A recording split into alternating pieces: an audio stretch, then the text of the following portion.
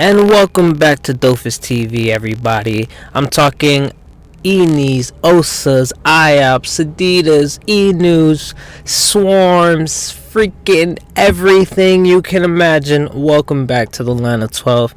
And today we're going to get into the invasion of Esra.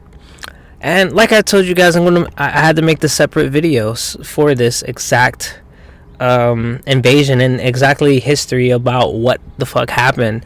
We've been running into a lot of NPCs and they've been bringing up he or she, because I don't know what or who it is yet, and they've been bringing up Ezra's name a lot. So apparently this is very important to the history of Dofus and what's been happening. So we're just gonna get straight into it and read exactly what happened. So cue the music, please. Ezra's invasion. How a shepherd became a king of Amakna, by Fekaline the Wise. 4 rings in the sky. One cursed day, the wise men discovered that the Bologrot, the dragon's eggs, had disappeared. Their search, though done as discreetly as possible, soon drew the attention of vagabonds and other petty thieves. One word was often repeated during evening gatherings, a word at first whispered in hushed tones, a foreign word full of strange sounds, a word that people did not trust. And the old storytellers, those elders who spoke the ancient dragon language, were suddenly the center of kind attention. They knew that in dragon language, the word Dofus meant dragon egg. They knew of Riki, Arrow's adventures. And in truth, since people would buy them drinks just to hear the tale, they weren't about to miss an opportunity to tell it to anyone who cared to listen. And with each round of drinks, the legend of the Dofus grew. For in those days, truth was less of a concern than a good story. In other words, storytellers exaggerated more than was reasonable. The most insane rumors were quick to spread, inspiring fear and controversy well beyond the province. It didn't take long for adventurers to flood into Amakna. And demons. Demons? Yes, demons straight from the neighborhood world.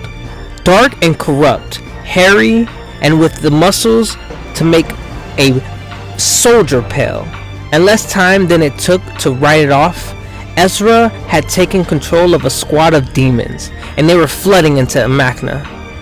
That day, Allister, still a young shepherd, was grazing his flock of gobbles and staring at the sky. The sun had barely risen above the Caney Mountains, and strange cloudy rings seemed engraved in the sky. The broken pact. By the time the wise men decided to mark the year 505 with the black stone, it was already too late. I remember the arrow crushed hopes and my master's bitterness. How could the wise men have been so blind? How could they have believed that the demons had come through space by a clumsy accident, as if slipping on a slimy larva skin, that they'd leave the way they came? After eating a few gobbles and fewer than a dozen lords? At the time, the wise men thought that the demons of the hours were just playing a trick. In truth, they didn't want to face facts. Worse, they were scared. Devastation and desolation. When the demons roasted the Amakna garrison and kept the cooking juices to season tofu gizzards, the wise men knew for sure what to expect, and many brave men polished their blades to kill those evil creatures, only to find themselves seasoned with herbs and fermented drinks. Trishbulis, the demon expert, had acknowledged that warriors of fighting age made considerable contributions to demonic culinary arts during this period. Ezra had thus denounced the pact signing long ago by his kind. The wise men's worst fears were well founded. The demon coveted the Dofus. The gods seemed to have forgotten Amakna and remained strangely silent, as did the protector of the months? Were they busy showering other worlds with their favors? Were they trying to appease the demons? And notably the most powerful one of all, Rushu? Were they fighting him? No one could be sure. Amakna, subjected by demons. 7 black stones were lined up before my master's eyes, and 7 years had passed since the demons had invaded Amakna. I remember the events like it was yesterday. Terror and desolation reigned. The 512th year of the X-Lord's calendar was beginning, but no one was thinking about celebrations. Esra had reduced the population to slavery. All were forced to scour the earth for Amakna's treasures. Gold and precious stones, of course, and above all, the priceless Dofus. Of the storytellers, only one had kept his wits. And before Esra and a dozen pincers of all sizes, he asserted that once all 6 Dofus were united, the gods themselves would welcome the demons as one of their own. Allister's Guild. But let's get back to Allister and his gobbles. The young boy had grown into a fine Feka known for his daring. He was the shepherd of the largest flock of gobble in Amakna. The invaders, for their part, saw Amakna as a vast playground.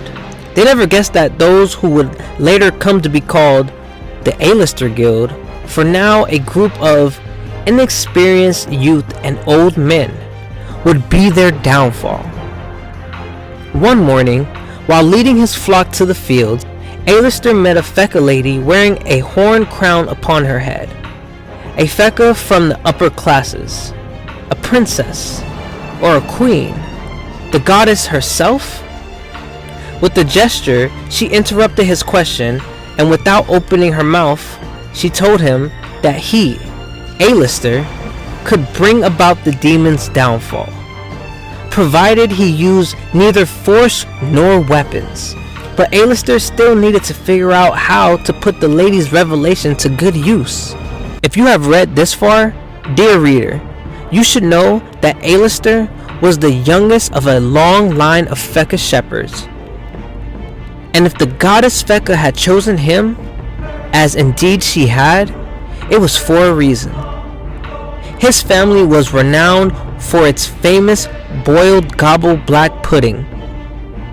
Nonetheless, that is not why he was chosen. His father and his father's father before him used the magical object to fatten their beast. A fattier made for 4 metallic heads. A snap of the jaw of 2 of these heads would clamp metal bracelets around the beast's legs, and the other 2 would open them when it was time to release the beast. This curious object, called the trip-trap shackles, which until then had served only to shackle gobbles, but now it would imprison the cruelest creatures that Amakna has ever seen. The ruse. Allister decided to sacrifice his entire flock of gobbles in honor of Esra. Ignoring the crowd of Amaknians who booed and whistled, he bled his beast and offered the demons hundreds of barrels full of gobble hamagoblins. The gods alone knew that demons were fond of gobble blood. An ecstatic Esra held an orgy with his henchmen, drinking more and more blood until the very last barrel was empty. Then all the demons fell asleep on their bloated stomachs. While Esra slept, Allister placed the trip-trap shackles on the demon's wrists. The jaw snapped shut with a loud crack, and Esra was caught. The fetter did not merely immobilize those who would wear it, but it also prevented the wearer digestion. Esra, trapped in his own body and unable to free himself, was thrown into Amakna's prison. Seeing the most powerful of their kind thus defeated, his henchmen fled. Allister's triumph. Venerated as Amakna's savior, Allister was named king. The task of putting as much distance as possible between Esra and the fetters fell to Fallenancer, Allister's brother. He headed north in secret. Only Allister knew Fallen Esther's destination. Astrub, city of mercenaries. And time rolled by. And that is the end of the invasion of Esra. Wow, okay, so Esra was pretty much, he came through with his boys, and you know what I'm saying? He was like, yo man, fuck all this. He was about to take over everything. And apparently Allister, who was literally the underdog, he's pretty much the David in David and Goliath. And instead of trying to fight Esra and his army of demons, he actually decided to praise them, or pretty much gift them with a whole bunch of herd of gobbles. And when you would think that that would be the opposite thing you wanted to do, you know, Esra just cannot deny his love for freaking gobble meat and blood. And that ended up, you know, it's what is that, gluttony.